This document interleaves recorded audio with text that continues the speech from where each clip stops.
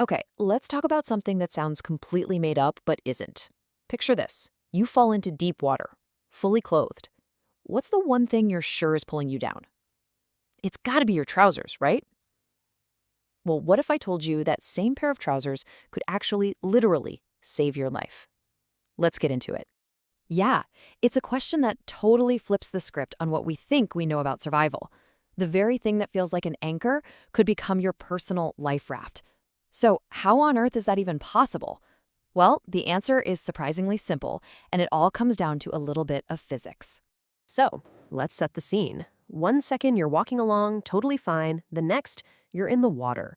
It's a massive shock. It's cold, you're disoriented, and your brain is just scrambling to figure out what's happening.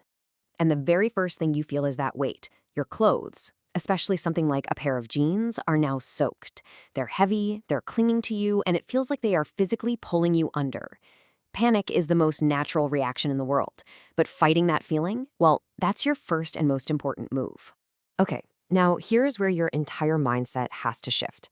Those heavy, waterlogged trousers, they're about to become your best friend. I know, it sounds absolutely backwards, but the magic here isn't in the fabric itself, it's all about how you use it. The whole trick, the entire principle, is based on one thing: trapping air. Air is lighter than water, it wants to float. So if you can use your pants to create a big, sealed pocket of air, you've just made your own personal flotation device. It's just basic science put into action when you need it most. All right, so you're probably thinking, okay, cool theory, but how do I actually do that? Let's walk through this step by step, because this is where a little bit of knowledge can transform a huge problem into a life-saving tool. First up, while you're treading water, you need to get those trousers off.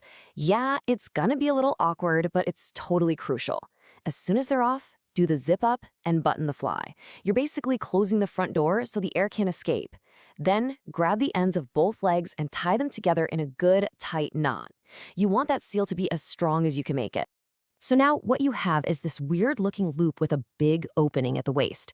You're gonna put your head right through that loop, so the waistband is resting on your shoulders like a scarf, and the knotted legs are pointing away from you.